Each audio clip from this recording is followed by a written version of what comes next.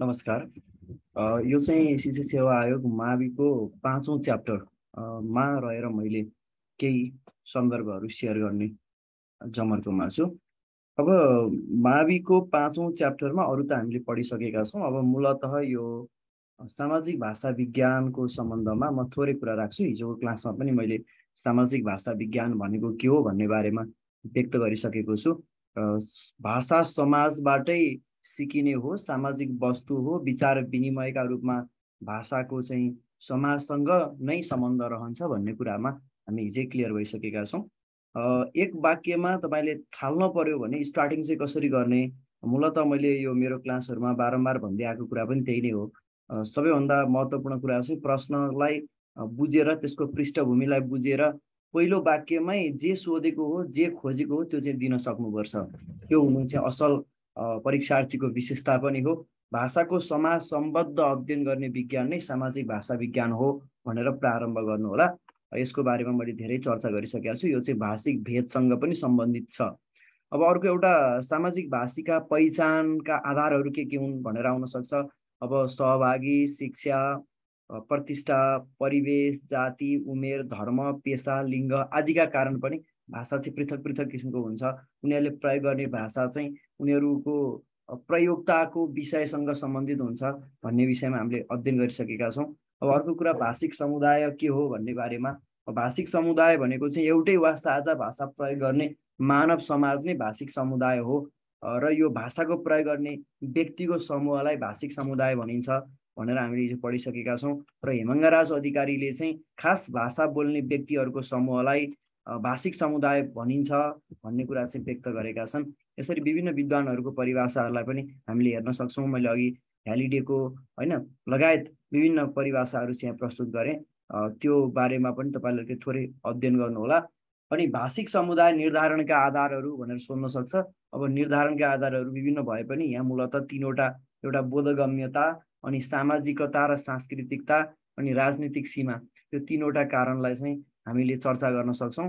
अब यसका अतिरिक्त अर्को छ भाषा र संस्कृतिका बिचको सम्बन्ध भनेको छ। मानिसले आफ्ना विचारलाई व्यक्त गर्ने साधनलाई हामी भाषा भन्दछौँ र सामाजिक समायोजनका क्रममा समाजसँग घुलमिल हुने क्रममा मानिसले सिकेका व्यवहारहरूको बिचको समष्टिलाई हामी संस्कृति भनेर भन्छौँ। भाषा र संस्कृति बिचको सम्बन्धका बारेमा हामीले हिजै क्लासमा बोलिसकेका छौँ। अनि भाषिक अवलम्बन के कारणबाट चाहिँ भाषिक अवलम्बन हुन्छ। अब जस्तो प्रयोग गर्न छाडिसकेको भाषा अथवा प्रयोग लगभग शून्य अवस्थामा गइसकेको भाषा अथवा मृत्युको मुखबाट जोगाउने स्थिति हामी भाषिक अवलम्बनका रूपमा हेर्छौँ। र मातृभाषा वा जातीय भाषाप्रतिको सचेतता वृद्धि हुनु, राज्यले सबै भाषालाई समान महत्त्वका साथ हेर्नु अथवा महत्त्व प्रदान गर्नु, समाजमा भाषिक न्याय सम्बन्धी अवधारणाको विकास हुनु, अनि मातृभाषामा अपनत्वको अभिवृद्धि हुनु, मातृभाषामा शिक्षा एवं रोजगारीको अवसर वृद्धि गर्नु अथवा हुनु, आफ्नो भाषा र संस्कृतिलाई संरक्षण गर्नुपर्छ, सम्वर्धन गर्नुपर्छ, विस्तार गर्नुपर्छ भन्ने एउटा चेत पनि जाग्नु अथवा त्यो अवसर प्राप्त हुनु लगायतका सन्दर्भहरूलाई चाहिँ हामीले भाषाको अवलम्बनका कारणहरू भनेर चाहिँ व्याख्या गरेका थियौँ। मैले तल तपाईँलाई चाहिँ केही कुराहरू व्यक्त गर्छु। भाषा प्राप्ति भनेको के हो? भाषा प्राप्ति र आर्जनका बिचमा तपाईँलाई व्यतिरेकी छुट्याउन आउँछ, त्यसको त्यो बिचमा भिन्नता छुट्याउन आउँछ। प्राप्ति भनेको चाहिँ यो चाहिँ खास गरेर पहिलोपटक पाइएको भाषासँग सम्बन्धित हुन्छ, मातृभाषासँग सम्बन्धित हुन्छ। अब यो भाषा चाहिँ म सिक्छु भनेर सिक्न भन्दा पनि अर्धचेतन प्रक्रियाबाट चाहिँ सिकिन्छ। प्राप्ति चाहिँ ग्रहण गर्ने सन्दर्भसँग सम्बन्धित छ र यसलाई हामी अनौपचारिक तौरबाट सिकिने भाषाका रूपमा चाहिँ हेर्न सक्छौँ। र यसलाई नैसर्गिक अथवा नैसर्गिक भनेको प्राकृतिक वा स्वाभाविक भाषा सिकाइ समेत हामीले भन्ने गर्दछौँ भन्ने बारेमा हामीले यसको पनि चर्चा गरिसकेका छौँ। प्राप्ति र आर्जनको बिचको भिन्नता मैले तपाईँलाई हिजो देखाइसकेको छु। प्राप्ति भनेको चाहिँ पहिलो भाषासँग सम्बन्धित हो, पहिलो भाषा सिकाइको प्रक्रियासँग प्राप्ति भन्ने हुन्छ। आर्जन भनेको चाहिँ पहिलो भाषा पछाडिको अरू भाषा सिकाइको क्रम हो। त्यो आर्जन गर्ने भनेको चाहिँ पछाडि ग्रहण गर्ने कुरा हो। जस्तो पहिलो भाषाको सिप विकाससँग सम्बन्धित हुन्छ प्राप्ति भने, आर्जन चाहिँ दोस्रो भाषाको सिप विकाससँग सम्बन्धित हुन्छ। पहिलो भाषा प्राप्तिका निम्ति वातावरणको व्यापकता, अनौपचारिक किसिमको सम्बन्ध हुन्छ भने भाषा आर्जनमा चाहिँ निश्चित वातावरण पनि निश्चित हुन्छ, औपचारिक किसिमको हुन्छ, त्यसमा उपचार चाहिन्छ, विधि चाहिन्छ भन्ने बारेमा पनि हामीले अध्ययन गर्नु पर्यो। भाषा प्राप्तिमा के सिक्दैछु भन्ने कुरा चाहिँ सिकारुलाई थाहा हुँदैन, किनभने त्यो चाहिँ एक किसिमले भन्यो भने आमाको काखमा सिकिने भाषा हो, अनौपचारिक किसिमको हुन्छ, कुनै ढङ्ग ढाँचा मिलाइराख्नु पर्दैन। तर आर्जनमा चाहिँ म के सिक्दैछु भन्ने कुराको ज्ञान हुन्छ, सिकारुलाई त्यस विषयमा चाहिँ थाहा हुन्छ होइन। यो कुरा पनि मैले व्यक्त गरिसकेको छु। यसरी तपाईँहरूले चाहिँ अलिकति यसको बिचमा फरकपन के हो भनेर छुट्याउन सक्नुहुन्छ। त्यसै गरिकन मनोभाषा विज्ञानको परिचय, भाषा र मानिसको मस्तिष्कको सम्बन्धमा गरिने भाषाको अध्ययनलाई मनोभाषा विज्ञान भनिन्छ भन्ने कुरा हामीले हेरिसकेका छौँ। मनोभाषा विज्ञानमा भाषिक प्रक्रिया, कोशीय भण्डार र प्रवाह, भाषा प्राप्ति, विशिष्ट परिघटना, भाषा र मस्तिष्क, दोस्रो भाषा आर्जन र प्रयोग जस्ता कुराहरू पर्दछन्। अब भाषा का सम्बन्धमा यी कुराहरू भनिसकेपछि भाषिक सामर्थ्य र सम्पादनका बिचमा चाहिँ के फरक हुन्छ म यो सरसर्ती देखाइराखेको छु है। अहिले आज म अर्को टपिकमाथि छलफल गर्दैछु। अब यसमा तपाईँहरूले चाहिँ भाषिक सामर्थ्य भनेको चाहिँ यो संज्ञानात्मक पक्षसँग हुन्छ, चेतनासँग सम्बन्धित हुन्छ, यो मनोवादी मनोविज्ञानीहरूसँग चाहिँ यो सम्बन्धित अवधारणा हो होइन। अब यसमा चाहिँ बोध र ग्रहण क्षमतासँग सम्बन्धित हुन्छ, अमूर्त किसिमको हुन्छ भन्ने विषयमा हामीले हेरेका थियौँ भने भाषिक सम्पादन भनेको चाहिँ सम्पादन भनेको अब यो अभिव्यक्तिसँग सम्बन्धित हुने, व्यवहारवादी मनोविज्ञानसँग सम्बन्धित हुने लगायतका कुराहरू। अब भाषिक सामर्थ्य चाहिँ चम्स्कीसँग, नोम चम्स्कीसँग सम्बन्धित छ भने भाषिक सम्पादन चाहिँ ब्लुमफिल्ड लगायत संरचनावादी भाषाविदहरूसँग चाहिँ सम्बन्धित छ भन्ने कुरा चाहिँ हामीले अध्ययन गरिसकेका छौँ। अब यसलाई हामीले छोटोमा संक्षेपमा यसरी पनि देखाउन सक्छौँ भनेर पनि मैले तपाईँहरूलाई चाहिँ यसको बारेमा भनिसकेको छु। अब जस्तो अब भाषा विकासका चरणहरू भन्ने छ। अब यो भाषा विकासका चरणहरूमा अब भाषा वैज्ञानिकहरू क्यारोल चम्स्की, पियाजे लगायतले दिएको योगदानका आधारमा हेर्छौँ र बाल भाषा विकासका चरणहरूलाई चाहिँ हामी छुट्याउँछौँ। पूर्ववर्ती चरण भनेर जन्मेदेखि 2 वर्षसम्मको अवधि र उत्तरवर्ती चरण भनेर चाहिँ 2 वर्षपछिको चरण भनेर पनि हामीले अध्ययन गरिसकेका छौँ। अर्को संज्ञानात्मक विकासको परिचय। अब संज्ञान भन्ने बित्तिकै हामी चाहिँ पढिसकेका छौँ कि संज्ञानवादीहरू, समग्रवादीहरू होइन, पर्सेप्सन अथवा प्रत्यक्षीकरणलाई जोड दिने विद्वानहरूका बारेमा हामीले अध्ययन गरिसकेका छौँ। र यसमा हेर्नुपर्ने पढ्नुपर्ने भनेको जीन पियाजेलाई बढी पढ्नुपर्छ। जीन पियाजेको संज्ञानात्मक विकासका चरणहरू तपाईँहरूले चाहिँ प्रथम पत्रमा पनि पढिसक्नु भएको छ, त्यसकारण त्यसलाई अलिक विशेष फोकस गर्नुहोला कुन कुन चरण हुन्छन्। र जस्तो अब संवेदिक क्रियात्मक चरण, अब त्यो कतिदेखि कतिसम्म हुन्छ, त्यसमा बच्चाहरूले के गर्छन् होइन। अब यसमा चाहिँ संज्ञानात्मक विकासका कार्यहरूको थालनी हुन्छ भन्ने कुरा हामीले हेरिसकेका छौँ। पूर्व क्रियात्मक चरण भनेको 2 वर्षदेखि 7 वर्षसम्मको समयावधि हो र यस चरणमा आत्मकेन्द्रित बोली विकास र समापन हुने चरणका रूपमा लिइन्छ र यस चरणमा बालबालिकाहरूले चाहिँ सकारात्मक नकारात्मक धारणा चाहिँ आत्मसात गर्न सक्छन् भन्ने कुरा।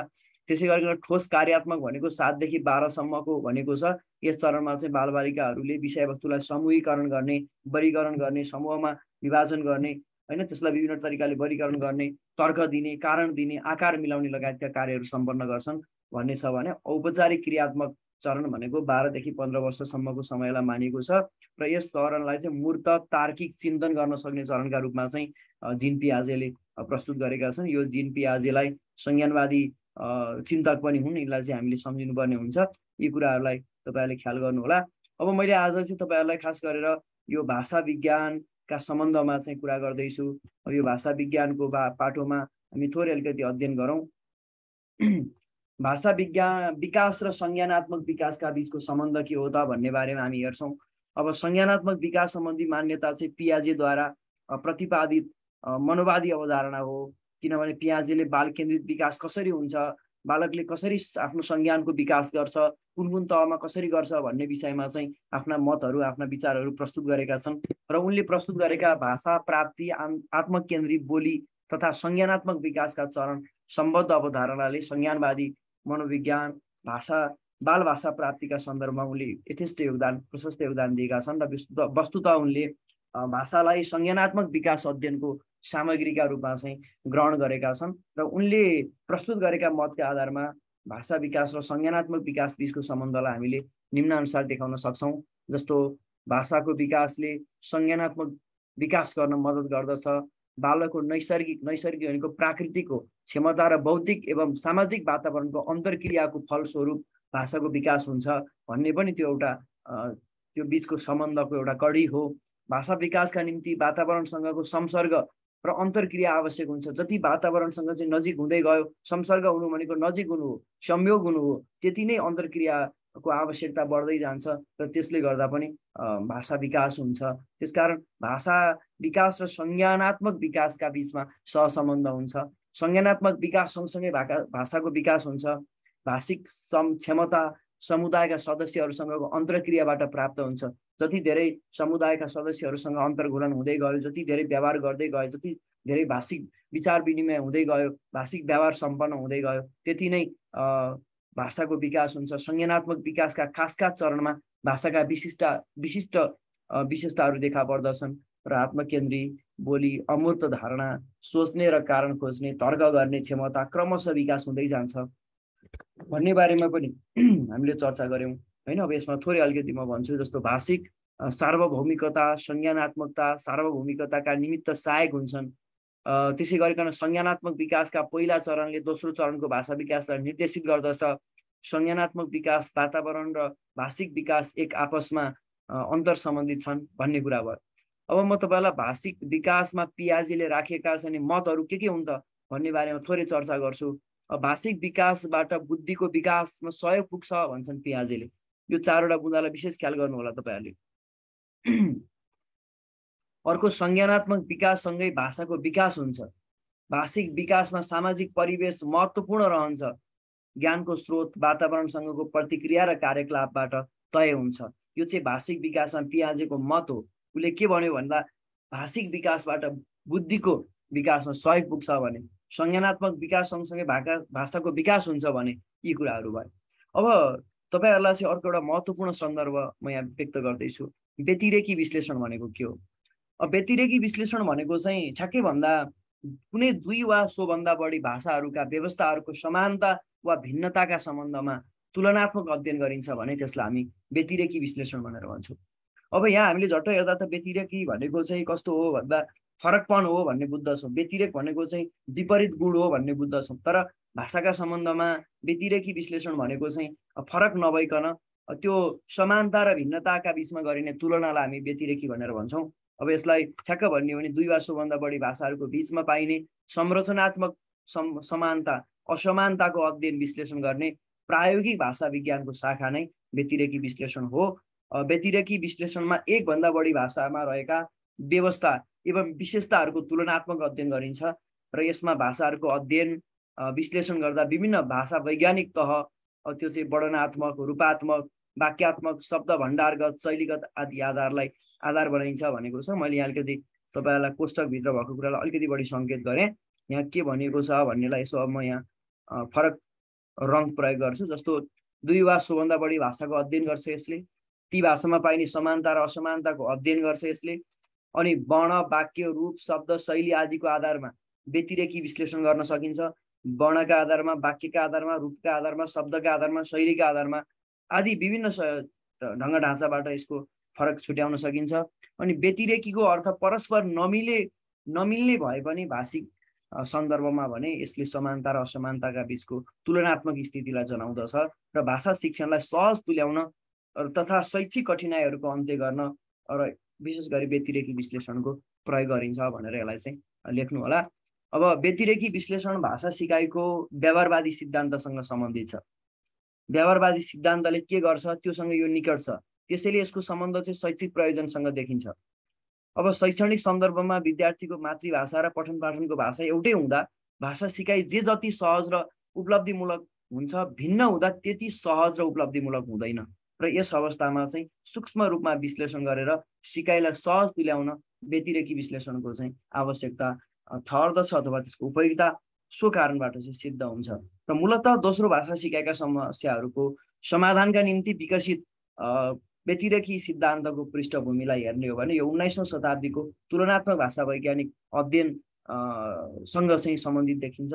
अब यसको विकासमा चाहिँ वोर्फ, फ्राइज, राल्फ ल्याडो आदिले उल्लेखनीय भूमिका चाहिँ निर्वाह गरेको देखिन्छ। अब अर्को चाहिँ व्यतिरेकी विश्लेषणका प्रक्रियाहरू के हुन् त भनेर सोध्न सक्छ। अब यसलाई अलिकति हामी गम्भीरतापूर्वक हेरौँ। सबैभन्दा पहिला हामीले के गर्छौँ भन्दा सामग्रीको सङ्कलन गर्छौँ। यो पहिलो चरण हो, यसलाई चरणबद्ध रूपमा लेख्नुपर्छ है, चरणबद्ध रूपमा लेख्नुपर्छ। सामग्रीको सङ्कलन गर्छौँ। सामग्रीको सङ्कलन पहिलो चरण हो।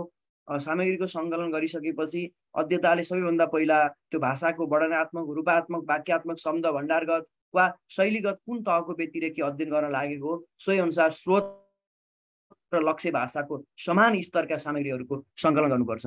उदाहरणको लागि तपाईँ नेपाली र मैथिली भाषाको अध्ययन गर्दै हुनुहुन्छ भने तपाईँको चाहिँ तपाईँ स्रोत भाषाका रूपमा नेपाली प्रयोग गरिराख्नु भएको छ भने तपाईँको चाहिँ लक्ष्य भाषा भनेको चाहिँ मैथिली हो। त्यसकारण त्यसलाई पनि विशेष ख्याल गर्नुपर्ने हुन्छ। अनि दोस्रोमा सामग्रीको सत्यापन गर्नुपर्छ। सत्यापन भनेको सत्यको मापन हो। त्यो सत्य छ कि छैन, अध्येता वा विश्लेषकले सङ्कलन गर्न लागेका सामग्रीहरू ठिक छन् कि छैनन् भन्ने कुरालाई चाहिँ विशेष ढङ्गले हेर्नुपर्छ र अध्येताले सङ्कलन गरेका सामग्रीहरू सही हुनुपर्छ, प्रामाणिक हुनुपर्छ भन्नका लागि सम्बन्धित भाषाका ज्ञाता, विद्वान र विशेषज्ञहरूलाई त्यो चिज रुजु गराउन लगाउनुपर्छ। यो ठिक छ कि छैन। जस्तो किनभने स्रोत भाषाबाट लक्ष्य भाषातर्फ जाने क्रममा त तपाईँको चाहिँ विभिन्न खालका समस्याहरू हुनसक्छ, भाषिक समस्याहरू हुनसक्छ, त्यो जरुरी छ। अनि मात्रै बल्ल तेस्रो चरणमा सामग्रीको व्याख्या र वर्गीकरण गरिन्छ होइन। अब सत्यापन गरिएका सामग्रीको अध्ययन गरिन्छ, त्यसलाई बोध गर्न, किनभने अध्ययन किन गरिन्छ भन्दा त्यो बोध हुनु पर्यो नि त। अध्ययन बोधै भएन भने त त्यसको बारेमा चाहिँ थाहा हुँदैन। त्यसकारण त्यसमा असमानताको पहिचान गरिन्छ, व्याख्या गर्ने, विभिन्न तहमा वर्गीकरण गर्ने र यसबाट चाहिँ सम्बन्धित भाषामा रहेका व्यतिरेकीहरूको विवेचना गर्ने काममा चाहिँ सघाउ पुर्याउँछ। यो तेस्रो चरण भयो। अब अर्को चाहिँ तुलनात्मक विश्लेषण गरिन्छ। तुलनात्मक विश्लेषण भनेको के हो त भन्दा अब स्रोत र लक्ष्य भाषामा रहेका समानताहरू के हुन्, असमानताहरू के हुन्, त्यसको व्यवस्थित तुलना गरिन्छ, व्याख्या गरिन्छ, विश्लेषण गरिन्छ यो चरणमा। अब अर्को चरणमा बल्ल निष्कर्ष निकालिन्छ। निष्कर्ष भनेको के हो त भने निष्कर्ष भने पनि हुन्छ तपाईँलाई निष्कर्षण किन चाहिन्छ र व्यतिरेकी विश्लेषणको यस चरणमा चाहिँ तुलनात्मक विश्लेषणबाट चाहिँ प्राप्त तथ्यहरूलाई आधार बनाएर निष्कर्ष निकालिन्छ अथवा आफ्नो अध्ययनको त्यो सार पनि हो त्यो। र यस क्रममा स्रोत र लक्ष्य भाषाका बिचको समानता के हो, असमानता के हो, असमानताका आधारमा व्यतिरेकी नियमको निर्धारण, सम्भावित त्रुटि पहिचान लगायतका कुराहरूलाई निचोडका रूपमा चाहिँ प्रस्तुत गरिन्छ। यो अन्तिम चरण हो। यसरी हामीले व्यतिरेकी विश्लेषणका प्रक्रियाहरूलाई सामग्री सङ्कलन, सामग्रीको सत्यापन, सामग्रीको चाहिँ व्याख्या र वर्गीकरण, तुलनात्मक विश्लेषण र निष्कर्ष गरेर चाहिँ 5 घण्टामा मोटामोटी राखेर चाहिँ यो प्रक्रियालाई पूर्ण गर्न सक्छौँ। अब यसै गरिकन व्यतिरेकी विश्लेषणको उपयोगिता भनेको छ के हो त, यसलाई म थोरै चर्चा गर्छु। अब भाषाको तुलनात्मक अध्ययन गर्न, किनभने 2 वा सोभन्दा बढी भाषाको तुलनात्मक अध्ययन गर्न पर्यो भने व्यतिरेकी विश्लेषण जरुरी हुन्छ। यसबाट भाषाको संरचनागत पक्षको एकदम सूक्ष्म समीक्षण वा परीक्षण गरिन्छ र त्यसबाट पाइने साम्य, वैषम्य, त्यसका समानता, त्यसका भिन्नताका अतिरिक्त भाषाका सार्वभौम विशेषता हुन्छ, उसँग मिल्ने हुन्छ, भाषाका पुर्ख्यौली अथवा भाषा परिवार समेत पत्ता लगाउन चाहिँ सकिन्छ। यसकारण भाषाको तुलनात्मक अध्ययन एउटा उपयोगिता, त्यसको लागि यो जरुरी छ। दोस्रो, स्रोत र लक्ष्य भाषाका समानता असमानता पहिलाउन सकिन्छ।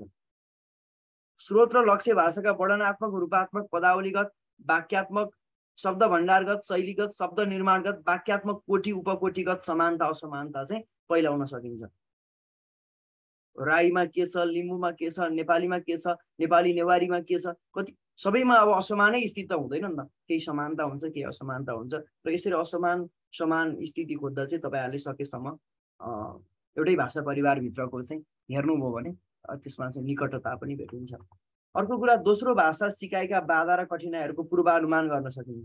भनेको के हो त भन्दा दोस्रो वा लक्ष्य भाषाका सिकाइका क्रममा देखा पर्ने समस्याहरूको अध्ययनका निम्ति व्यतिरेकी विश्लेषण चाहिँ उपयोगी सिद्ध हुन्छ। यसमा दोस्रो भाषासँग नमिल्ने मातृभाषाका विशेषताहरूलाई लक्षित भाषा सिकाइका बाधा वा कठिनाइका रूपमा पूर्वानुमान गर्न सकिन्छ। मिल्ने चिजहरूसँग समस्या भएन, यो चिज दोस्रो भाषाका रूपमा सिक्दै गरे पनि जान्दछ भन्ने हुन्छ। जुन चिज उनीहरूको लागि नौलो हुन्छ त्यो चिजले चाहिँ यो चिज नौलो रहेछ है, यो विद्यार्थीलाई विशेष ढङ्गले सिकाउनु पर्छ भन्ने कुराको ज्ञान पनि मिल्छ कि।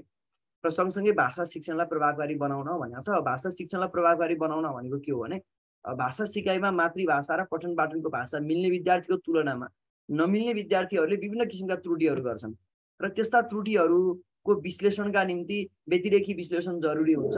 र यसले के गर्छ भन्दा भाषा सिकाइका क्रममा देखा पर्ने त्रुटिहरूको पहिचान गर्न, त्रुटिहरूको क्षेत्र पत्ता लगाउन, शिक्षकहरूलाई तत् क्षेत्रमा जोड दिएर शिक्षण गर्न, कक्षा व्यवस्थापन तथा शिक्षण विधिमा परिवर्तन ल्याउन पनि मद्दत गर्छ। साथसाथै पाठ्य वस्तु छनौट र स्तरणका आधार स्तरणमा आदान प्रदान गर्न भनेको छ। यो पनि महत्त्वपूर्ण कुरा हो। यो नीति निर्माणसँग सम्बन्धित हो। यसलाई हामी मका रूपमा हेरौँ होइन, यो च होइन भनेको। अब व्यतिरेकी विश्लेषणबाट चाहिँ के कस्तो मातृभाषाका विद्यार्थीहरूलाई के कस्तो खालको पाठ्य पुस्तक छनौट गर्नुपर्छ, त्यसको स्तरण कसरी गर्नुपर्छ भन्ने कुराको आधार चाहिँ प्राप्त हुन सक्छ। र विभिन्न मातृभाषाका विद्यार्थीहरूलाई भाषिक पृष्ठभूमिलाई ध्यान दिएर पाठ्य पुस्तक तयार गर्दा त्यसबाट अपेक्षाकृत शैक्षणिक उपलब्धि चाहिँ हासिल गर्न सकिन्छ भन्ने छ। मैले यहाँ तपाईँहरूलाई एउटा यो चाहिँ एउटा तपाईँहरूलाई यो सामग्री मैले यहाँ प्रस्तुत गर्दैछु। यो चाहिँ मेरा मित्र शिशिर भट्टराई र वसन्त भट्टराईले लेख्नुभएको किताबबाट पनि मैले यो साभार गरेको छु। उहाँहरूलाई विशेष धन्यवाद। त्यहाँ चाहिँ उहाँहरूले नेपाली भाषा र राजवंशी भाषाका फलफुल बुझाउने केही शब्दलाई लिएर विश्लेषण गर्नुभएको छ। यो राम्रो पनि छ। तपाईँहरूले पनि यसलाई नमुनाका रूपमा हेर्न सक्नुहुन्छ। सायद उहाँहरूले पनि कुनै कतैबाट अध्ययन गरेर चाहिँ यो सामग्री तयार गर्नुभयो होला। यो जुन उदाहरण चाहिँ मैले त्यो किताबबाट चाहिँ लिएको छु। अब यहाँ चाहिँ नेपाली भनेको छ लिच्ची, राजवंशीमा लुची है। अब नेपालीमा अम्बक, राजवंशीमा लाम है। नेपालीमा चाहिँ जामुन, राजवंशीमा पनि जामुन। अब नेपालीमा बयर, राजवंशीमा नि बयर। केरा, केरा। मेवा, नेपालीमा मेवा भनिँदो रहेछ, अर्कोमा पपिता भन्दो रहेछ। कटहर, कटहल। अब हेर्नुहोस्, अब यसमा चाहिँ विश्लेषण गर्दा के देखियो भन्दा माथिका फलफुलको विश्लेषण अब यसरी गर्ने। मिल्दो वा सामान्य अभिलक्षण जस्तो नेपाली र राजवंशीमा हेर्नुहोस् है त। अब लिची, लुची, मिल्दो वा सामान्य अभिलक्षण हेर्नुहोस् है। अब जामुन, जामुन, बयर, बयर। अब लिची र लुची भन्दा अलिक मिल्न त मिलेन, तर सामान्य किसिमको अभिलक्षण त देखियो नि त। जामुन त जामुनै भयो, बयर बयरै भयो, केरा केरै भयो। अब भिन्न नमिल्ने चाहिँ नेपालीमा अम्बक भन्यो, उतापट्टि राजवंशीमा लताम भने छ होइन। अब त्यसपछि गएर चाहिँ यहाँ लताम है, यहाँ मैले गल्ती गरेछु, लताम। अनि मेवाको पपिता, कटहरको कटहल भनेपछि अब के गर्ने त भन्दा यी दुई भाषा बीचमा पाइने समानता र असमानतालाई केलाएर त्रुटि हुने क्षेत्रलाई ख्याल गरी आवश्यकता अनुसार पर्याप्त अभ्यासमा चाहिँ जोड दिनुपर्छ भनेको छ है। यी कुरा चाहिँ त्रुटि विश्लेषणका सन्दर्भमा महत्त्वपूर्ण ठहर्दछ।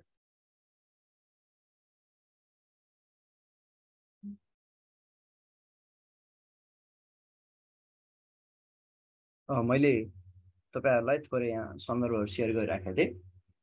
जस्तो भिन्न अभिलक्षण के हो त भन्ने बारेमा मैले चर्चा गरिसकेँ। अब अर्को कुरा जस्तो त्रुटि विश्लेषणमा हामी जान्छौँ। अब यति पछि व्यतिरेकी विश्लेषण पुग्छ। अब यसकै बारेमा धेरै अध्ययन गरेर त अब पुग्दैन होइन, धेरै गाह्रो पनि हुन्छ, किनभने सबै कुरा चाहिँ अब अध्ययन गरेर पनि अब सम्भव हुँदैन। मूलत के हो भन्ने बारेमा हामीले चाहिँ मोटामोटी रूपमा चाहिँ अध्ययन गर्ने हो भनेर भन्ने लाग्छ मलाई। त्यसकारण तपाईहरुले चाहिँ अलिकति यसलाई विशेष फोकस गरेर अध्ययन गरिदिनु होला। अब यो भिडियोमा मैले सबै कुराहरू शेयर गरिसकेको छु। मैले अब तपाईहरुलाई चाहिँ होइन भाषिक विकासमा यसको महत्त्वको बारेमा पनि चर्चा गरिसकेको छु भने व्यतिरेकी विश्लेषण भनेको के हो भन्ने विषयमा मैले राम्रोसँग यो भिडियोमा चर्चा गरिसकेको छु। जस्तो व्यतिरेकी विश्लेषण भनेको चाहिँ तपाईहरुले के बुझ्नु पर्यो भने अब जस्तो यहाँनिर मैले यो रेकर्ड भिडियो भएको हुनाले पनि अब यहाँ सहभागी साथीहरू हुनुहुन्छ, मैले उहाँहरूको आवाज लिएको छैन। यो चाहिँ एकछिनपछि मैले अब तपाईहरुलाई यो युट्युबमा राख्ने सन्दर्भ पनि छ। मैले अब एकदम पोइन्टमा व्यतिरेकी विश्लेषण भन्ने कुरालाई चाहिँ 2 वा सोभन्दा बढी भाषाको अध्ययनसँग सम्बन्धित हुन्छ भनेर चाहिँ यो कुरा व्यक्त गरिसकेको छु। अनि व्यतिरेकी विश्लेषणका प्रक्रियाहरू के हुन् भन्ने बारेमा पनि मैले सरस्वती भनेको छु। सामग्री सङ्कलन, सामग्रीको सत्यापन, सत्यापन भनेको सत्यको मापन। भिडियोमा एकदम क्लियर हुनुहुन्छ तपाईँ, त्यो छर्लङ्गै हुनुहुन्छ हेरेपछि। सामग्रीको व्याख्या र वर्गीकरण, तुलनात्मक अनि विश्लेषण र निष्कर्ष यो तरिकाहरू हुन्। त्यसै गरिकन व्यतिरेकी विश्लेषणको उपयोगिता के हो भन्ने बारेमा पनि मैले चाहिँ चर्चा गरिसकेको छु।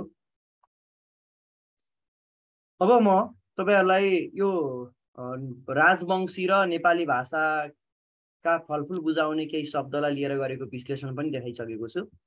अब त्रुटि विश्लेषणमा जान्छु म। के हो त त्रुटि विश्लेषण भनेको? एक वाक्यमा त्रुटि विश्लेषणलाई चिनाउने हो भने चाहिँ भाषा सिकाइका क्रममा आइपर्ने त्रुटिहरूको पहिचानदेखि निराकरणसम्मका कार्यहरू हामी त्रुटि विश्लेषण भनेर भन्छौँ। अथवा भाषा सिकाइको क्रममा देखा पर्ने त्रुटिहरूको पहिचान गर्ने, वर्णन विश्लेषण गर्ने र त्यस किसिमको प्रायोगिक भाषा विज्ञानको शाखा त्रुटि विश्लेषण हो। त्रुटि विश्लेषण दोस्रो वा अन्य भाषा शिक्षणका सन्दर्भमा व्यतिरेकी विश्लेषणपछि विकसित भएको सिद्धान्त हो। व्यतिरेकी विश्लेषणमा देखिने त्रुटिहरूलाई पनि यसले निवारण गर्छ। सुरुमा सिकारुले गर्ने त्रुटिलाई असफलता वा बौद्धिक कमजोरीका रूपमा लिइन्थ्यो भने अहिले पछिल्लो समय चाहिँ अब यसलाई अलिक फरक ढङ्गले लिने गरेको पाइन्छ। संरचनावादीका अनुसार त्रुटि भनेको अभ्यासको कमी हो, असफलताको द्योतक हो भने मनोवादीहरूका अनुसार सिकाइको सकारात्मक एवं स्वाभाविक प्रक्रिया हो भनेर भनिन्छ। र त्रुटिका सन्दर्भमा देखा परेका यी दुई धारणा मध्ये पछिल्लो धारणा जसले त्रुटिलाई सिकाइ प्रक्रियागत चरणका रूपमा चाहिँ व्याख्या गरेको छ, यसलाई चाहिँ हामी बढी उपयुक्त मान्दछौँ। भनेको यो स्वाभाविक प्रक्रिया हो भनेर हेर्नु चाहिँ बढी महत्त्वपूर्ण हुन्छ। मनोवादीहरूले त्यसरी हेरेका छन् भन्ने कुरालाई चाहिँ हामीले जोड दिनुपर्ने हुन्छ। त्रुटि विश्लेषणले भाषा सिकाइको प्रकृति र प्रवृत्तिलाई सूचित गरेको हुन्छ र यसबाट सिकारुले गर्ने त्रुटि उच्चारणगत, रूप रचनागत, शब्द प्रयोगगत, वाक्य निर्माणगत कुन प्रकृतिका हुन् स्पष्ट रूपमा चाहिँ छुट्याउने काम गर्छ र तिनको निराकरण गरिन्छ। अब तपाईँले बुझ्नै पर्ने कुरा चाहिँ के भने त्रुटि विश्लेषण भनेको चाहिँ के हो भन्दा भाषा सिकाइको क्रममा कस्ता कस्ता त्रुटिहरू हुन्छन् त्यसलाई पहिचान गर्ने, वर्गीकरण गर्ने र विश्लेषण गर्ने सन्दर्भलाई चाहिँ हामी त्रुटि विश्लेषणका रूपमा अध्ययन गर्दा रहेछौँ भन्नु चाहिँ सान्दर्भिक हुन्छ। अब यसलाई परीक्षामा कुन ढङ्गबाट आउँछ त्यसलाई चाहिँ अलिकति विशेष ढङ्गले हेर्नु होला। अब तपाईँलाई त्रुटि विश्लेषण के हो भन्ने विषयमा आउँछ, त्रुटि विश्लेषणको परिचय दिँदै त्रुटि विश्लेषणका प्रकारहरू उल्लेख गर्नुहोस् भनेर आउला, अथवा त्रुटि विश्लेषणका सन्दर्भमा के कस्ता गतिविधिहरू गर्न सकिन्छन् अथवा कस्ता कार्यकलापहरू गर्न सकिन्छन् त्रुटि निवारण गर्न भन्ने कुराहरू आउँछन्। त्यो त्रुटि निवारण गर्ने भन्ने कुरा चाहिँ तपाईँले बडविन्यासगत समस्याहरूसँग अथवा भाषिक समस्यासँग जोडेर पनि हेर्न सकिन्छ। अब त्रुटिका प्रकारहरू भन्ने छ। त्रुटिका प्रकारहरूमा चाहिँ विकासशीलताका आधारमा, जस्तो विकासशीलताका आधारमा भनेको के भन्दा अव्यवस्थित त्रुटि हुन्छ। कस्तो भाषा सिकाइको प्रारम्भिक अवस्थामा देखा पर्ने त्रुटिहरू अव्यवस्थित त्रुटि हो। म त्रुटि गर्छु भनेर त्रुटि गर्दैन व्यक्तिले, होइन। अनि व्यवस्थित त्रुटि भनेको भाषा प्रयोगमा विद्यार्थी सचेत हुँदा हुँदै सुधार्न नसकेका त्रुटिहरूलाई व्यवस्थित त्रुटि भनिन्छ है। अनि अर्को कुरा चाहिँ उत्तर व्यवस्थित त्रुटि भनेको छ, त्यो भनेको भाषिक नियमहरूको ज्ञान वा जानकारी नभएर पनि भाषिक प्रयोक्ताको असावधानीका कारण चाहिँ हुने त्रुटिलाई उत्तर व्यवस्थित त्रुटि भनिन्छ। तीन किसिमको रहेछ विकासशीलताका आधारमा। के एउटा अव्यवस्थित त्रुटि जुन चाहिँ थाहै पाउँदैन, प्रारम्भिक अवस्थामा हुन्छ, के त्रुटि भन्ने कुरै उसलाई थाहा हुँदैन, त्यसलाई अव्यवस्थित किसिमको त्रुटि भनेर भन्छ। व्यवस्थित त्रुटि भनेको भाषा प्रयोगमा विद्यार्थी सचेत हुँदा हुँदै पनि सुधार्न नसकेर गर्छ। अर्को उत्तर व्यवस्थित त्रुटि भनेको चाहिँ अब यसरी बुझौँ न, अव्यवस्थित त्रुटि भनेको चाहिँ साना बच्चाहरूले गर्ने त्रुटि रहेछन्। हुन त यो ठुलोमा पनि हुन्छ, मैले उदाहरण मात्रै दिएको हो होइन, त्यो भन्न मिल्दैन। अब व्यवस्थित त्रुटि भनेको चाहिँ अब विद्यालय लेभलका विद्यार्थीले गर्ने रहेछन् भनेर बुझौँ। उत्तर व्यवस्थित त्रुटि भनेको विद्वानहरूले, भाषाका प्रयोक्ताहरू, अब विशेष गरी अब जस्तो हामी पढाउने, विश्वविद्यालय पढाउने अब हामी त अलिक सचेत हुनु पर्यो नि त। तर हामीले पनि गर्छौँ नि त गल्ती। हुन त हामीसँग अव्यवस्थित गल्ती पनि हुन्छ, व्यवस्थित पनि हुन्छ, उत्तर व्यवस्थित पनि हुन्छ। तर उत्तर व्यवस्थित भनेको चाहिँ भाषिक नियमको जानकार हुँदा हुँदै पनि भाषिक प्रयोक्ताले असावधानीपूर्वक चाहिँ गर्ने गल्तीहरू त्रुटि भनेर भन्छ। स्रोतका आधारमा चाहिँ के हुन्छ भन्नुहुन्छ भने भाषान्तरित त्रुटि, सिकिरहेको भाषाको आन्तरिक व्यवस्थासँग सम्बन्धित त्रुटिलाई हामी भाषान्तरित त्रुटि भन्छौँ। भाषाको आन्तरिक त्रुटि भयो। अर्को अन्तर्भाषिक त्रुटि भनेको छ मातृभाषा वा स्रोत भाषाको प्रभावबाट लक्ष्य भाषाको सिका वा प्रयोगमा देखा पर्ने त्रुटिलाई चाहिँ हामी अन्तर्भाषिक त्रुटि भनेर भन्छौँ है। अब त्यो चाहिँ के हुन्छ भन्दा कहिलेकाहीँ भाषाका कारणले पनि त्रुटि हुन्छ। जस्तो म त भन्छ म त भन्छ भन्दा मोता भन्छ, त्यो त त्रुटि भयो नि त। उसको आफ्नो मातृभाषासँग सम्बन्धित भएर चाहिँ आउँदा अर्को भाषामा जाँदा चाहिँ त्यो उसको उच्चारणगत त्रुटिहरू भयो। अर्को चाहिँ गम्भीरताका आधारमा त्रुटि हुन्छ भन्छ। गम्भीरताका आधारमा त्रुटिलाई चाहिँ जस्तो अर्थवादक त्रुटि, जस्तो सम्प्रेषण वा आशयमा बाधा पर्ने अर्थात् भन्न खोजेको कुरा भन्दा भिन्न अर्थ सम्प्रेषण भयो भने चाहिँ त्यहाँ अनर्थ हुन जान्छ र त्यो त्यस्ता किसिमको प्रकृतिगत त्रुटिलाई चाहिँ हामी अर्थवादक त्रुटि भनेर भन्छौँ। उदाहरणका निम्ति म घरानको केटी बिहे गर्छु, म धरानको केटी बिहे गर्छु भन्यो भने त अब यहाँ बिहे गर्न लागेको अर्कै जिल्लाको रहेछ भने त त्यहाँ त लफडा भयो नि त। त्यो चाहिँ के भयो, अर्थगत भिन्नता आइदियो क्या। कहाँ घरान कहाँ धरान, घन लिएर आऊ त भनेको बेला धन लिएर आऊ त भन्यो भने फरक पर्न जाने सक्छ, यस्तो खालको। अब अर्को चाहिँ अर्थ अबाधक त्रुटि भनेको छ। त्यो भनेको के, त्रुटि भए पनि सम्प्रेषण आशय वा अर्थबोधमा खासै बाधा नपर्ने प्रकृतिका त्रुटिलाई चाहिँ अर्थ अबाधक त्रुटि भनेर भन्छ होइन। अब जस्तो तपाईँ फुल लिएर आऊ न भनेर चाहिँ पूजा गर्ने बेला भयो, फुल लिएर आऊ न भन्यो भने अब दीर्घै फुल हुनुपर्छ भन्ने होइन, रसै फुल भयो भने त्यसले चाहिँ तपाईँको उसले बुझ्छ क्या, पूजाका सन्दर्भबाट फुललाई बुझ्न सक्छ। अर्को स्वरूपका आधारमा भनेको छ लोपगत त्रुटि भनेको छ। अब यो चाहिँ भाषिक प्रयोगताको मौखिक वा लिखित अभिव्यक्तिमा आवश्यक कुन अंश लोप हुनुलाई कुनै एउटा अंश लोप हुनेलाई लोपगत त्रुटि भनेर भनिन्छ। कहिलेकाहीँ त्यो जान्दा जान्दै पनि त्यस्तो स्थितिहरू आउँछ। अनि थपोटगत भनेको छ अब कथ्य लेख्य दुईटैमा यस्तो किसिमको आउन सक्छ। अब लेख्यमा अब हुन त अब हामीले त्रुटि विश्लेषण गर्ने भनेको त लेख्यमै हो होइन, भाषाको लेखनसँगै जोडेर हेर्छौँ, त्यसकारण त्यसरी पनि ख्याल गर्नुपर्ने हुन्छ। अनि थपोटगत त्रुटि भनेको छ भाषिक प्रयोगताको मौखिक वा लिखित अभिव्यक्तिमा अनावश्यक केही अंश थपिएर आउने जो सन्दर्भ छ त्यसलाई हामी चाहिँ थपोटगत त्रुटि भनेर भन्छौँ। अब यसको सबै उदाहरण त मैले यहाँ प्रस्तुत गर्न अहिले समय सीमाका कारण पनि सम्भव हुँदैन, किनभने यसलाई छुट्टै पढ्नुपर्ने हुन्छ, अलिक विस्तृत पढ्ने अहिले हामीसँग टाइम पनि छैन होइन। अब आदेशगत त्रुटि भनेको छ भाषिक प्रयोगताको मौखिक वा लिखित अभिव्यक्तिमा आउनुपर्ने कुनै एकाइका स्थानमा अर्को एकाइको आगमन वा आदेश हुनुलाई आदेशगत त्रुटि भनेर भनिन्छ। यो चाहिँ स्वरूपका आधारमा भयो। अर्को चाहिँ मात्राका आधारमा भनिएको छ। मात्राका आधारमा चाहिँ जस्तो आंशिक त्रुटि भनेको छ, जस्तो कुनै वाक्यको कुनै खास अंशमा देखिने त्रुटिलाई आंशिक त्रुटि भनेर भनिन्छ। अनि समग्रात्मक त्रुटि भनेको चाहिँ के भन्दा समग्र रूपमा चाहिँ वाक्यको अधिकांश वा समग्र अंश तथा एकभन्दा अधिक वाक्यसँग चाहिँ सम्बन्धित भएर आउने त्रुटिहरूलाई चाहिँ समग्रात्मक त्रुटि भनेर भनिन्छ। अर्को भाषा कोटिको आधारमा पनि त्रुटि हुन्छ। त्यो भनेको के त भन्दा जस्तो भाषा सिकाइका क्रममा देखा पर्ने त्रुटिहरूलाई भाषा कोटिका आधारमा जस्तो उच्चारणगत त्रुटि, वर्णविन्यासगत त्रुटि, रूपगत त्रुटि, शब्द भण्डारगत त्रुटि, पदावली लगायत पदावलीगत, वाक्यगत, अर्थगत, सङ्गठनात्मक प्रकारका त्रुटिहरू पर्छन्, त्यहाँ हामीले चाहिँ वर्गीकरण गर्न सक्छौँ। त्यसै गरिकन औचित्य अनौचित्यका कारण पनि त्रुटिहरू हुन्छन्। जस्तो व्याकरणिक दृष्टिले सही वा ठिक भए पनि सन्दर्भ र प्रयोग अनुरूपकामा कहिलेकाहीँ चाहिँ त्यो अस्वीकृति हुने, अनपेक्षित वा अनुपयुक्त हुने त्यस्ता प्रकृतिका त्रुटिहरूलाई पनि यसभित्र लिन सकिन्छ। जस्तो अब नारी सृष्टि हो भन्दा चाहिँ स्वास्नी सृष्टि हो भन्यो भने, स्वास्नी मान्छे सृष्टि हो भन्यो भने चाहिँ त्यो चाहिँ व्याकरणिक रूपमा ठिक हुँदाहुँदै पनि त्यति औचित्यपूर्ण नहुन सक्छ। यस्ता त्रुटिहरूलाई पनि हामीले हेर्छौँ। अब अर्को चाहिँ त्रुटि विश्लेषणका प्रक्रियाहरू भनेको छ। यो पनि परीक्षामा आउने एकदमै सम्भाव्य ठाउँ हो। त्रुटि विश्लेषणका क्रममा हामीले विभिन्न खालका तौर तरिकाहरूलाई चाहिँ अवलम्बन गर्न सक्छौँ। एउटा सामग्री सङ्कलन भनेको छ। यो त्रुटि विश्लेषणका प्रक्रियाको पहिलो चरण हो। यस चरणमा विद्यार्थीको मौखिक र लिखित अभिव्यक्ति स्रोतबाट त्रुटि विश्लेषणका लागि आवश्यक सामग्रीहरूको सङ्कलन गरिन्छ र मौखिक स्रोतका सामग्री सङ्कलनका लागि अवलोकन फारमहरू भयो, टेप रेकर्डरहरू भयो आदिको प्रयोग गर्न सकिन्छ भने लिखित स्रोतका सामग्री चाहिँ विद्यार्थीलाई विभिन्न विषयमा लेख्न लगाएर पनि सङ्कलन गर्न सकिन्छ। अब अहिले त अब सामग्री सङ्कलनमा अब फाइल, टेप रेकर्डर नभई अरू सामग्रीहरू पनि अब मोबाइलहरू, ल्यापटपहरू होइन अरू अन्य खालका प्रविधिमैती सामग्रीहरूलाई पनि हामीले प्रयोग गर्न सक्छौँ। अर्को त्रुटिको पहिचान भनेको छ। त्रुटिको पहिचान भनेको के हो त भन्दा दोस्रो चरण त्रुटि विश्लेषणको दोस्रो प्रक्रिया वा चरण हो। यस चरणमा चाहिँ सङ्कलन गरिएका सामग्रीहरूको सूक्ष्म अध्ययन गरी त्रुटिको पहिचान गरिन्छ।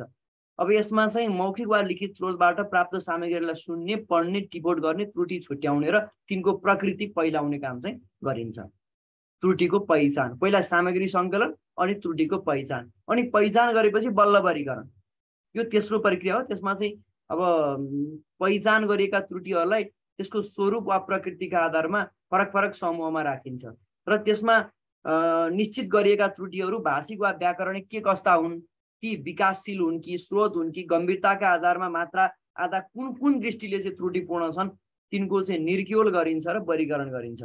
अनि मात्रै वर्गीकरण गरेपछि त्रुटिको वर्णन गरिन्छ, विश्लेषण गरिन्छ। र यो चौथो हो र एक हिसाबले अन्तिम चरणका रूपमा पनि यसलाई हेर्न सकिन्छ। यस चरणमा चाहिँ वर्गीकरण गरेका त्रुटिहरूलाई विभिन्न किसिमले वर्णन गरिन्छ, विश्लेषण गरिन्छ। विद्यार्थीले गर्ने त्रुटिका कारण के हुन सक्छन्, त्रुटि किन नियमित किसिमको हुन्छन् लगायतका बहुविध अथवा विभिन्न पाटोहरूबाट सूक्ष्म अध्ययन त्यसमा गरिन्छ र अन्तिममा त्रुटिको निराकरण गरिन्छ भनेको छ। अब यो महत्त्वपूर्ण चरण चाहिँ त्यति होइन, किनभने माथि नै हामीले विश्लेषण गरिसकेका हुन्छौँ। तैपनि यो निराकरणलाई चाहिँ हामी चौथो चरणमा नै यसलाई हामीले सके पनि अब केही उद्देश्यहरू चाहिँ के पनि हुन्छ भने त्रुटि विश्लेषण गर्ने कुरा चाहिँ खास गरेर चाहिँ के भनिन्छ भने त्रुटिलाई वर्णन गर्ने हो, विश्लेषण गर्ने हो, छोड्ने हो भनिन्छ। त्यो निराकरण भनेको चाहिँ फेरि पहिचान गरेर वर्गीकरण गरिसकेपछि त्यसको निष्कर्षमा पुग्ने हो। यो चाहिँ त्यति महत्त्वपूर्ण त होइन, तर यसको उद्देश्य चाहिँ शिक्षार्थीहरूले, विद्यार्थीहरूले, सिकारुहरूले गरेका त्रुटिहरूको निवारण गर्नका निम्ति पनि यसको जरुरी हुन्छ भनेको छ। त्यसैले सामग्रीको सङ्कलन, त्रुटिको पहिचान, वर्गीकरण, वर्णन र व्याख्याबाट प्राप्त तथ्यका आधारमा तिनको निराकरण गर्ने उपाय त्रुटि विश्लेषणसँग चाहिँ जोडिन्छ र यसलाई हामीले अन्तिममा सुझाव स्वरूप प्रस्तुत गर्नु चाहिँ राम्रो हुन्छ। अब तपाईहरुलाई एउटा क्वेशन, व्यतिरेकी विश्लेषण र त्रुटि विश्लेषणका बीचमा देखा पर्ने चाहिँ भिन्नता के हो त भनेर आउन सक्छ। अब यी दुवै व्यतिरेकी विश्लेषण र त्रुटि विश्लेषण प्रायोगिक भाषा विज्ञानकै शाखा हुन् हैन। अब यसका केही समानताहरूका कुरा पनि छन्। अब यी दुवैको विकास दोस्रो वा अन्य भाषाका सिकाइका क्रममा देखा पर्ने समस्याको समाधानका लागि भएको हो। यी परस्पर विरोधीका रूपमा नभएर परिपूरकका रूपमा र एक अर्काबाट स्वतन्त्र नभएर आपसमा चाहिँ एकदम सम्बन्धित देखा पर्दछन्। यदि हुँदाहुँदै पनि अब यसका बीचमा केही फरक पर्छ। अब यो दुईटै भाषा शिक्षण, पाठ्यपुस्तक तथा शिक्षण विधिको छनौट सन्दर्भमा निकै उपयोगी मानिन्छ र यसमा पाइने भिन्नतालाई हामीले निम्नानुसार चर्चा गर्न सक्छौँ। जस्तो व्यतिरेकी विश्लेषण दोस्रो भाषा सिकाइका समस्याहरूको पूर्वानुमान गर्ने किसिमको हुन्छ भने त्रुटि विश्लेषण चाहिँ पूर्वानुमानित समस्याहरूको परीक्षण गर्ने किसिमको हुन्छ। व्यतिरेकी विश्लेषणमा सबै किसिमका समस्याहरूको पूर्वानुमान गर्न नसकिने हुन्छ। त्रुटि विश्लेषणमा चाहिँ व्यतिरेकीबाट आइसकेको हुनाले सबै किसिमका समस्याहरूको व्याख्या विश्लेषण गर्न सकिने हुन्छ, किनभने व्यतिरेकी विश्लेषण भएपछि मात्रै त्रुटि विश्लेषण हुन्छ। त्यो कुरा हामीले बुझ्नु पर्यो।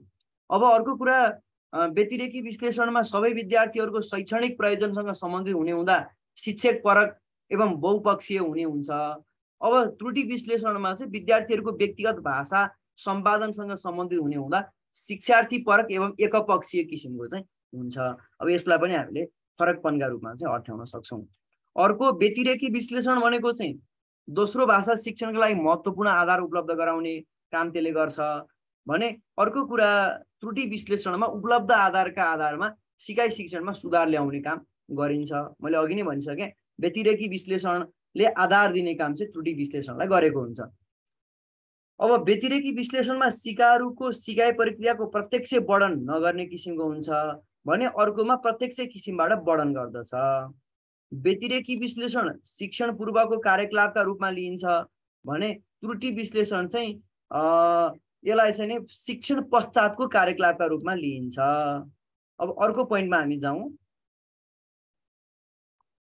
भाषाका बीचको भिन्नतालाई त्रुटिको कारक मान्ने काम व्यतिरेकी विश्लेषणमा हुन्छ भने त्रुटि विश्लेषणमा चाहिँ भाषा बाहेकका प्रभावलाई पनि त्रुटिको कारण ठान्ने गरिन्छ। व्यतिरेकी विश्लेषणमा सम्भावित त्रुटिको अनुमान गर्ने हुँदा काल्पनिक स्वरूपको हुने गर्दछ भने त्रुटि विश्लेषणमा चाहिँ सिकारुले गर्ने त्रुटिको विश्लेषण गर्ने हुँदा यो चाहिँ वस्तुवादी हुन्छ, वस्तुपरक हुन्छ भनेर यसरी तपाईहरुले व्यतिरेकी र त्रुटि विश्लेषणमा आपसमा समानता हुँदाहुँदै पनि प्रायोगिक भाषा विज्ञानकै शाखाका रूपमा दुईटै एकअर्काका परिपूरकका रूपमा हैन, व्यतिरेकी विश्लेषणको जन्मपछि त्रुटि विश्लेषणको जन्म भएको सन्दर्भमा अन्तर सम्बन्धित हुँदाहुँदै पनि यी दुईमा रहेका परस्पर असमानताका सन्दर्भहरूलाई हामीले निम्नानुसार चिनायौँ। अघिका बुँदामा जे मैले प्रस्तुत गरेँ तिनलाई चाहिँ तपाईहरुले हेर्नु होला है। अब अर्को कुरा चाहिँ यहाँ मैले जस्तो त्रुटि विश्लेषणको उपादेयता के हो त, तपाईलाई त्रुटि विश्लेषण किन चाहिन्छ भनेर आउँछ। त्रुटि विश्लेषणको खास प्रयोजन के हो भनेर आउला। त्रुटि विश्लेषण के हो त भन्दा यो व्यतिरेकी विश्लेषणसँग जोडिने पाठ हो पनि हो। त्यसकारण व्यतिरेकी विश्लेषण हामीले अघि बुझिसकेका छौँ। अब तपाईँहरूले यो भिडियोलाई चाहिँ राम्रोसँग हेर्नु होला। भिडियोमा सबै कुराहरू चाहिँ प्रष्टसँग बुझाउने गरेर राखिएको छ। त्यसलाई तपाईँहरूले अध्ययन सुन्नु होला, मजाले सुन्नु होला र तपाईँसँग उपलब्ध भएको स्रोत र सामग्रीलाई पनि एकचोटि सरसर्ती पढ्नुभयो भने यो बुझ्नुहुन्छ। त्रुटि विश्लेषण दोस्रो भाषा सिकाइका सन्दर्भमा देखा परेको समस्याहरूको समाधानका निम्ति विकसित भएको सिद्धान्त हो र यो विशेषतः भाषा शिक्षणकै लागि उपयोग गरिन्छ र यससँग सम्बन्धित उपयोगिताहरूलाई हेर्दा भाषा सिकाइका क्रममा देखा पर्ने त्रुटिको पहिचान गर्न तथा व्याख्या गर्न अथवा त्यसलाई निराकरण गर्न भनौँ। व्याख्या र निराकरण गर्न, पहिचान र व्याख्या, निराकरण। यसले के गर्छ त भन्दा भाषा सिकाइका सिलसिलामा विद्यार्थीहरूले विभिन्न किसिमका त्रुटिहरू गर्छन्, जस्तो कि उच्चारणगत त्रुटि, वर्णविन्यासगत त्रुटि, शब्द प्रयोगगत त्रुटि, वाक्य गठनगत त्रुटि, व्याकरणात्मक त्रुटि। अब यो चाहिँ जस्तो अब नेपाली भाषा सिक्दैछ भने अब नेपाली भाषा इतरका विद्यार्थीहरूले धेरै गर्छ। जस्तो अब भोटबर्मेली भाषाका विद्यार्थीहरू छन् भने उच्चारणमा जस्तो त वर्गको ठाउँमा ट वर्गको उच्चारण गर्छन् क्या। तपाईँ नभने टपाई भन्छ, त थ द ध ट ठ ड ढ हुन्छ क्या, त्यस्तो खालको उच्चारण गर्छ। अब वर्णविन्यास भने त बुझिहाल्नुहुन्छ, वर्णविन्यास भन्ने बित्तिकै त अब वर्णसँग सम्बन्धित भयो, विभिन्न प्रयोगहरू हो, त्यसलाई पनि हामीले हेर्नुपर्छ। अर्को कुरा, भाषा सिकाइका क्रममा देखा पर्ने त्रुटिको पहिचान र व्याख्या विश्लेषण भइसके पछाडि दोस्रोमा चाहिँ व्यतिरेकी विश्लेषणको पूर्वानुमानलाई परीक्षण गर्न भनेको छ। यो के हो त भने व्यतिरेकी विश्लेषण मैले अघि नै भने पहिलो हो। त्रुटि विश्लेषणमा स्रोत भाषाका संरचनात्मक विशेषतासँग मिल्ने भाषाको सिकाइ सरल र अन्य सिकाइ असहज एवं कठिन हुन्छ भने व्यतिरेकी विश्लेषणले प्रस्तुत गरेको पूर्वानुमानको परीक्षण गर्छ र यस अन्तर्गत सिकारुले दोस्रो भाषा सिकाइमा गर्ने त्रुटिको स्वरूप, स्रोत एवं कारणको खोजी गर्छ र त्यो स्रोत भाषाको प्रभावले गर्दा त्रुटि भएको भेटिए व्यतिरेकी विश्लेषणको पूर्वानुमान सही भएको अन्यथा नभएको प्रमाणित गर्ने काम गर्छ। त्यसकारण व्यतिरेकी विश्लेषणको पूर्वानुमानलाई परीक्षण गर्न पनि त्रुटि विश्लेषण चाहिँ फलदायी बन्छ, किनभने त्रुटि विश्लेषण व्यतिरेकी विश्लेषण पछि गरिने विश्लेषण हो। अर्को, भाषा शिक्षणलाई प्रभावकारी बनाउन भनेको छ। भाषा शिक्षणलाई प्रभावकारी बनाउन त्रुटि विश्लेषणको महत्त्वपूर्ण भूमिका रहन्छ। अब शिक्षक आफ्नो विषयवस्तुमा दक्ष भएर मात्र शिक्षण कार्यकलापलाई प्रभावकारी बनाउन सक्दैन अथवा बन्न सक्दैन। यसका लागि विधा अनुसारको शिक्षण विधि र सामग्री चयनमा चाहिँ विविधता ल्याउनु पर्ने हुन्छ। कुन कुन विधाका लागि के कस्ता सामग्री वा विधि प्रयोग गर्दा सिकाइ शिक्षण त्रुटिरहित हुन्छ भन्ने बारेमा जानकारी प्राप्त गर्न पनि त्रुटि विश्लेषण चाहिँ उपयोगी हुन्छ। भनेपछि भाषा शिक्षणलाई प्रभावकारी बनाउन भनेर अर्को पोइन्ट पनि हामीले सम्झिनु पर्यो। यसका अतिरिक्त अर्को छ शिक्षक विद्यार्थीलाई शैक्षिक गतिविधिमा सघाउन। त्रुटि विश्लेषणबाट शिक्षकले दोस्रो भाषा सिकाइका क्रममा विद्यार्थीले के कस्ता त्रुटिहरू गर्न सक्छन्, त्यसको प्रवृत्ति, स्वरूप, कारणबारे जानकारी प्राप्त गर्न सक्छन् भने विद्यार्थीले चाहिँ आफूले कस्तो त्रुटि गरेको छ भन्ने कुरा चाहिँ पहिचान गर्न सक्छ। यसबाट शिक्षकले सम्भावित त्रुटि क्षेत्रमा जोड दिएर सिकाउने र विद्यार्थीले पनि सचेततापूर्वक त्रुटिरहित भाषिक सिपको विकास गर्ने अवसर प्राप्त हुन्छ। त्यसकारण हामी भन्न सक्छौँ कि शिक्षक शिक्षार्थीलाई शैक्षिक गतिविधिमा सघाउन। अर्को छ सिकारुलाई सिकाइप्रति प्रेरित गर्न।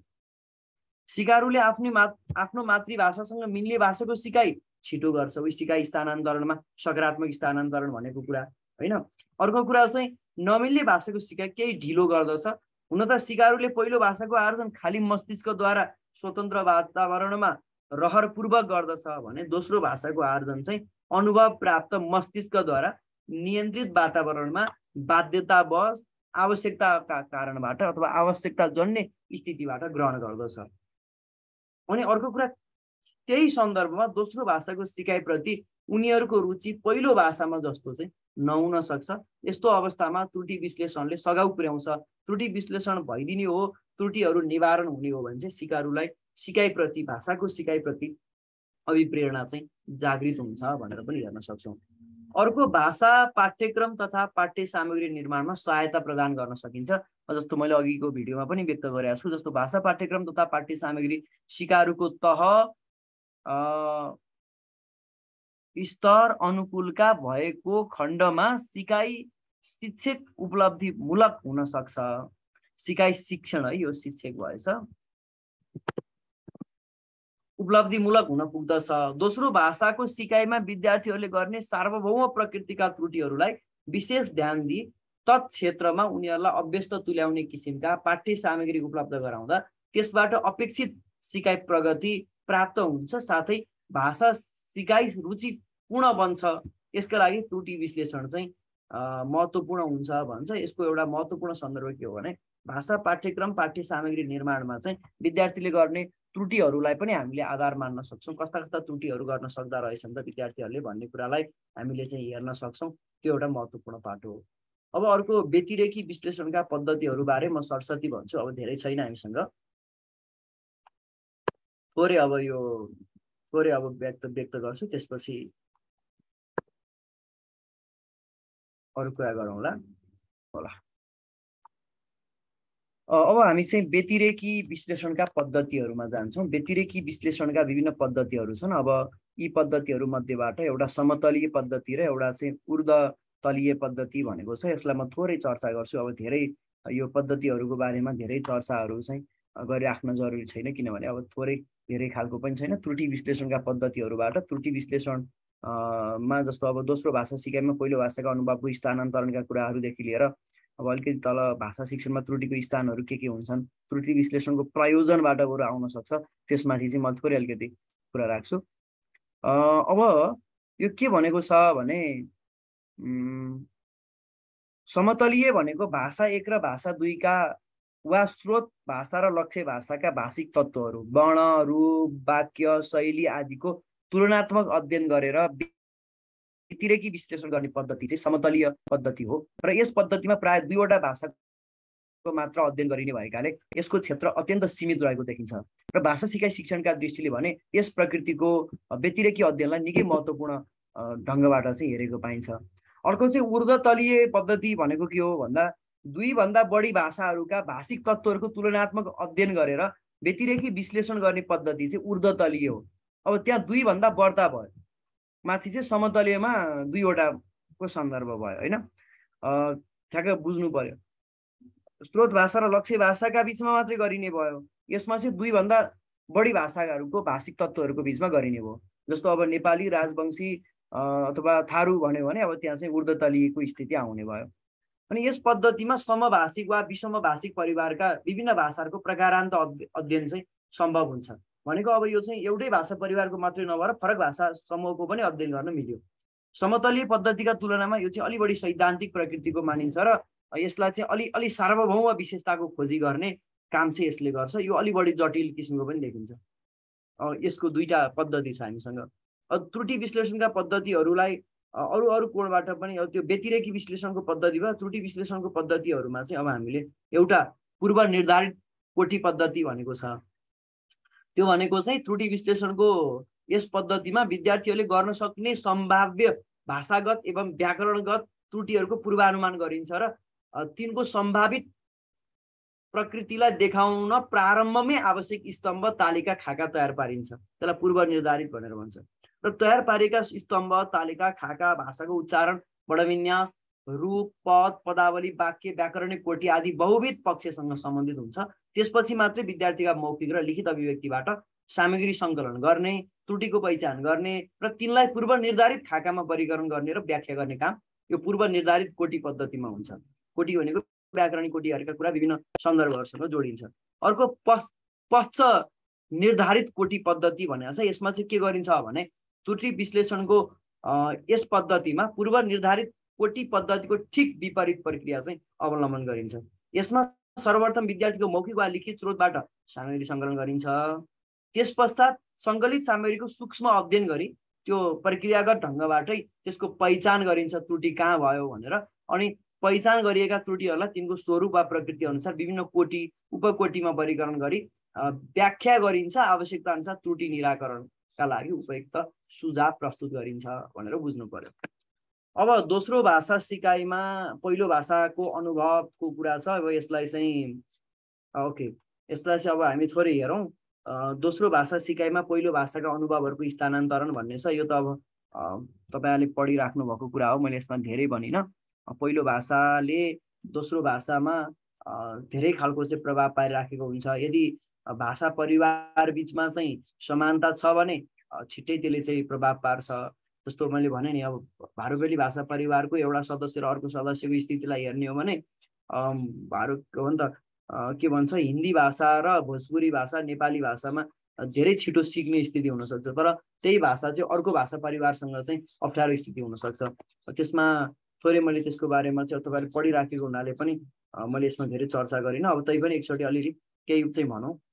बालकले जन्मेपछि पहिलोपटक घर परिवारको वातावरणमा आमाको काखमा सिकेको भाषा, जसलाई हामी पहिलो भाषा वा मातृभाषा होइन अथवा स्रोत भाषा भनेर भन्दछौँ, र यो चाहिँ स्वतन्त्र वातावरणमा मानसिक शून्यताको अवस्थामा प्रयत्न र भुलका माध्यमबाट अर्धचेतनका प्रक्रियाबाट चाहिँ सिक्दछ।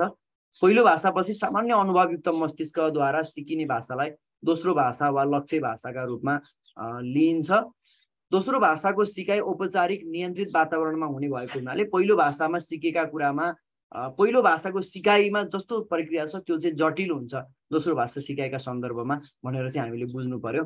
अब अर्को कुरा, दोस्रो भाषा सिकाइमा मातृभाषा र लक्ष्य भाषाका बीचको समानता र असमानताले निकै प्रभाव पार्दछ। यसमा चाहिँ पहिलो भाषाका वर्ण, शब्द, वाक्य, सङ्गति आदिको भूमिका खेलेको हुन्छ। मातृभाषा र लक्ष्य भाषाका बीचमा यदि संरचनागत समानता छ भने मातृभाषाका अनुभवहरू दोस्रो भाषाका रूपमा जाँदा सिकाइमा सकारात्मक स्थानान्तरण हुन्छ र छिटो सिक्छ, होइन भने ढिलो सिक्छ होइन। अब जस्तो मैले भने नि, अङ्ग्रेजी भाषा सिक्ने र नेपाली भाषा सिक्नेमा त फरक हुन्छ। अङ्ग्रेजी भाषाको संरचना र नेपाली भाषाको संरचना त एकै किसिमको छैन, संस्कृतको र नेपालीको एकै किसिमको त छैन, त्यो कुरामा हामीले बुझ्नुपर्छ। अब यहाँ के भनेका छन् भने व्यवहारवादी मनोवैज्ञानिकहरूका अनुसार भाषा सिकाइमा उत्तेजना र प्रतिक्रियाका बीच निकटस्थ सम्बन्ध हुन्छ भन्छ, र यिनीहरूले लक्ष्य भाषाको सिकाइमा उत्तेजना र प्रतिक्रियाका सन्दर्भहरू स्रोत भाषाका सन्दर्भ अनुरूप भए चाँडो सिकाइ हुने र नभए ढिलो हुने भन्छ। यस आधारमा चाहिँ तीनवटा अवस्था देखा परेको छ। एउटा सकारात्मक स्थानान्तरण। सकारात्मक स्थानान्तरण भनेको चाहिँ पहिलो भाषाका भाषिक अनुभवहरू दोस्रो भाषामा स्थानान्तरित भई सिकाइमा अनुकूल प्रभाव परेछ यदि भने त्यो सकारात्मक स्थानान्तरण हो। पहिलो भाषा र दोस्रो भाषा एउटै भाषा परिवारको हुँदा वा स्रोत र लक्ष्य भाषाका भाषिक संरचना तथा एकाइहरू यदि मिल्दाजुल्दा छन् भने सकारात्मक स्थानान्तरण हुन्छ। यस्तो अवस्थामा सिकारुलाई दोस्रो भाषा सिकाइमा सुविधा उत्पन्न हुनुको साथसाथै सिकाइको गति पनि द्रुत गतिमा हुन्छ। जस्तो कोरियन भाषा सिकेकालाई जापानिज भाषा सिक्नमा सजिलो हुनसक्छ, त्यो स्ट्रक्चर मिल्छ क्या, त्यो सकारात्मक स्थानान्तरण हो। नकारात्मक स्थानान्तरण भनेको के हो त भन्दा पहिलो भाषाका भाषिक अनुभवहरूको स्थानान्तरणले चाहिँ दोस्रो भाषाको सिकाइमा प्रतिकूल असर पर्यो भने चाहिँ त्यसलाई नकारात्मक किसिमको भन्छ। अब यदि पहिलो भाषा र दोस्रो भाषा विषम भाषी परिवारको छ भने स्रोत भाषा र लक्ष्य भाषाका संरचना एकाइगत विशेषताहरू अमिल्दा छन् भने त्यहाँ चाहिँ नकारात्मक स्थानान्तरण हुन्छ। अब जस्तो नेपाली भाषा सिकिराखेकोलाई कोरियन भाषा सिक्नुमा त्यो आकाश जमिनको फरक हुन्छ, त्यसकारण त्यो त्यस्तो स्थितिमा चाहिँ त्यो नकारात्मकता सिर्जना हुन्छ। अब अर्को कुरा, पहिलो भाषा शून्य स्थानान्तरण छ। पहिलो भाषाका सिका अनुभवहरूले दोस्रो भाषाको सिकाइमा सकारात्मक वा नकारात्मक कुनै पनि प्रभाव नपार्ने स्थिति हामी शून्य स्थानान्तरण भनेर भन्छौँ। यस्तो स्थानान्तरणमा पहिलो भाषाको अनुभव र दोस्रो भाषा सिकाइका लागि न त साधक बन्छ न त बाधक बन्छ, यस्तो स्थिति हो भनेर भनिन्छ। अब यसको चाहिँ ठ्याक्कै उदाहरण चाहिँ दिन नसकिए पनि अब व्यतिरेकी विश्लेषणको प्राकल्पना अनुसार मिल्दा भाषिक एकाइमा धनात्मक र नमिल्दा एकाइमा ऋणात्मक स्थानान्तरण हुने भएकाले सिकाइमा शून्य स्थानान्तरणको स्थिति चाहिँ रहँदैन भन्ने हो। यो चाहिँ शून्य स्थानान्तरणमा उदाहरण दिन चाहिँ सकिँदैन, सकारात्मक र नकारात्मकको मात्रै हामीले चर्चा गर्ने हो है। यो कुरालाई चाहिँ तपाईँलाई थोरै है त अब यहाँ अलिकति जस्तो भाषा शिक्षणमा त्रुटिको स्थान कस्तो रहन्छ भन्ने बारे हामी थोरै हेरौँ। यसलाई हामीले चाहिँ प्रयत्न र भुल सँग थर्नडाइकसँग हामीले जोडेर हेर्छौँ। भाषा शिक्षणमा त्रुटिलाई सिकाइको चरणगत अवस्था मानिन्छ र भाषा सिकाइ प्रयत्न र भुलको माध्यमबाट हुने भएकाले सिकाइमा देखिने त्रुटिलाई यसैसँग सम्बन्धित गरेर हेर्न सकिन्छ। अब भाषा सिकाइका क्रममा विद्यार्थीले विभिन्न प्रकारका गल्तीहरू गर्छन्, जसमध्ये केही सामान्य प्रकृतिका हुन्छन् भने केही विशिष्ट प्रकृतिका, जटिल प्रकृतिका हुन्छन्। केही मातृभाषाबाट प्रभावित स्वरूपका हुन्छन् त केही अन्य प्रभावक भनेको छ वातावरण, उत्प्रेरणा, लापरवाही, शिक्षण विधि आदिबाट पनि प्रभावित भएका हुन्छन्। त्यस्ता प्रकृतिका चाहिँ हुन्छन्। भाषा शिक्षणमा त्रुटिको स्थान के हो भन्ने बारेमा चाहिँ गरेको चर्चा है यो। अब अर्को कुरा, यस्ता त्रुटि स्तरीय मातृभाषा सिकाइका क्रममा समेत देखा पर्दछन्। भाषाको प्राप्ति वा आर्जन त्रुटि रहित नहुने भएकाले त्रुटिलाई भाषा शिक्षणमा सकारात्मक सिकाइ प्रक्रियाका रूपमा चाहिँ लिइन्छ भनिन्छ। अब त्रुटि भाषा शिक्षणका क्रममा देखा पर्ने सार्वभौम अभिलक्षण हो। यो जो कोहीमा त्रुटि हुन्छ, सिकारुको मातृभाषासँग मिल्दो वा समभाषिक प्रकृतिको भाषा सिकाइमा सिकारुले कम त्रुटि गर्छन् भने अन्यको सिकाइमा अधिक त्रुटि गर्ने स्थिति रहन्छ। सिकारुले गर्ने त्रुटिहरू भाषाको उच्चारण, वर्णविन्यास, त्यसै गरिकन शब्द रचना, प्रयोग, वाक्य गठन, संगति, अर्थ सम्बन्ध आदिसँग चाहिँ सम्बन्धित हुन्छ। कुनै पनि सिकारुले त्यस्ता त्रुटिहरूलाई सच्याउन जाने र मानक भाषाको प्रयोग व्यवहार गर्ने अवस्था क्रमशः विकसित हुन्छ। यसका लागि बारम्बारको अभ्यास, त्रुटिबोध, सुधार र प्रभावकारी शिक्षणको आवश्यकता पर्दछ।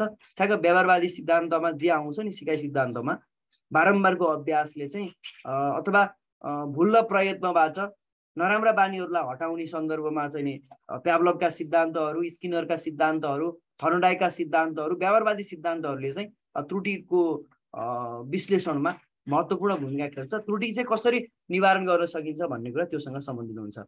अनि त्रुटि विश्लेषण शिक्षार्थी परक पद्धति भएकाले यसबाट सिकारुले गर्ने त्रुटिको पहिचान गरिन्छ, व्याख्या विश्लेषण गरिन्छ र निराकरणको उपाय खोजी गरिन्छ। परिणामतः सिकारुले अपेक्षित सिकाइ हासिल गर्न पनि सक्छन् र यस दृष्टिले भाषा शिक्षणका क्षेत्रमा त्रुटिको स्थान महत्त्वपूर्ण सिकाइ मार्गका रूपमा, मार्गदर्शनका रूपमा रहन्छ भनेर हामीले समीक्षा गर्न सक्छौँ। अब यो युनिटको सबैभन्दा अन्तिम टपिक पनि हो, त्रुटि विश्लेषणको प्रयोजन के का लागि हुन्छ त भन्ने विषयमा हामी हेरौँ। यो परीक्षामा लेख्ने कोणबाटै यो तयार भएको छ।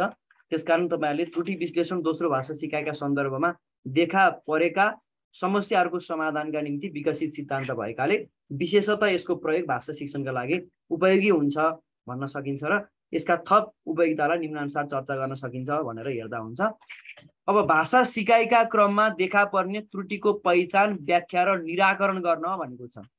त्यो भनेको के भन्दा भाषा सिकाइका सिलसिलामा विद्यार्थीले विभिन्न किसिमका त्रुटिहरू गर्छन्, जस्तो कि उच्चारण, वर्णविन्यास, शब्द प्रयोग, वाक्य गठन, हैन, व्याकरणात्मक आदि विभिन्न प्रकारका त्रुटिहरू हुन्छन् र त्यस्ता त्रुटिहरूको पहिचान गर्ने, व्याख्या, निराकरण गर्ने त्यो सन्दर्भका निम्ति त्रुटि विश्लेषण चाहिँ उपयोगी सिद्ध हुन्छ।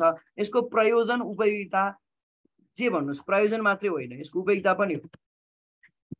उपयोगिता भन्नुस् है, यसलाई यसरी जोड्नु होला।